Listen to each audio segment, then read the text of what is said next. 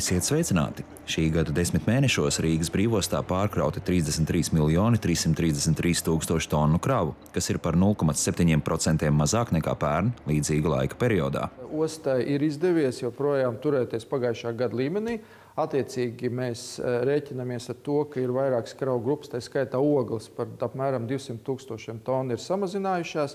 Tā pašā laikā to ir kompensējuši minerālu mēsli un kompensējušas ir naftas produkti. Tā ir vienīgā šobrīd lielā Rīgas ostas priekšrocība, šis multifunkcionālisms, ir dažādi kravu iespējas apstrādāt viņus. Pie šī kopējā ļoti smagā attiecību līmeņa ar Krieviju Rīga ar savu visu šo iespējamo dažādu tehnoloģiju nodrošinājumu ir saglabājusi šīs līderu pozīcijas. Šogad ir palielinājies apkalpoto kruīzu kuģu, bet samazinājies prāmja Tallina-Stokholma pasažieru skaits. 2 kuģi gāja, tagad 1. Tātad būtu jābūt pa 50%, ja mēs rēķinām ar iepriekšējo gadu.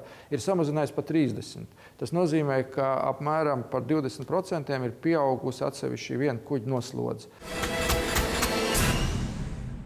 Pēc valsts akciju sabiedrības Latvijas dzelzceļa datiem pa dzelzceļu šī gada 10 mēnešos pārvadātas 46,6 miljonu tonu kravu, kas ir gandrīz identisks rezultāts kā 2014. gada attiecīgajā periodā. Tomēr ir mainījusies kravu struktūra, jo te par 30% ir samazinājušies kravu apjomi, kas tālāk no Latvijas ostām tiek vests austrumu virzienā. Savukārt pretējā virzienā pārvadājumi nav samazinājušies, bet akmeņogļu apjoma samazinājums daļai kompensējies ar lejamkravu, minerālu mēslu un citu beramkravu pieaugumu. Tomēr būtiskākais kravu pieaugums iekšzemes pārvadājumos, kur gada griezumā pieaudzēta 36% kravu, bet oktobrī pat 59%. Visu iepriekšējo 10 gadi Latvijā dzelzceļa pārvadājumos dominēja tranzīta kravas, savukārt iekšzemes pieprasījumu atdodot autotransportam. Ja šāda dinamika saglabāsies līdz gada beigām, tad iekšzemes pārvadājuma īpatsvars no apmēram 10% pieaugs līdz 25%, kas no valsts drošības viedokļa nav slikts rezultāts.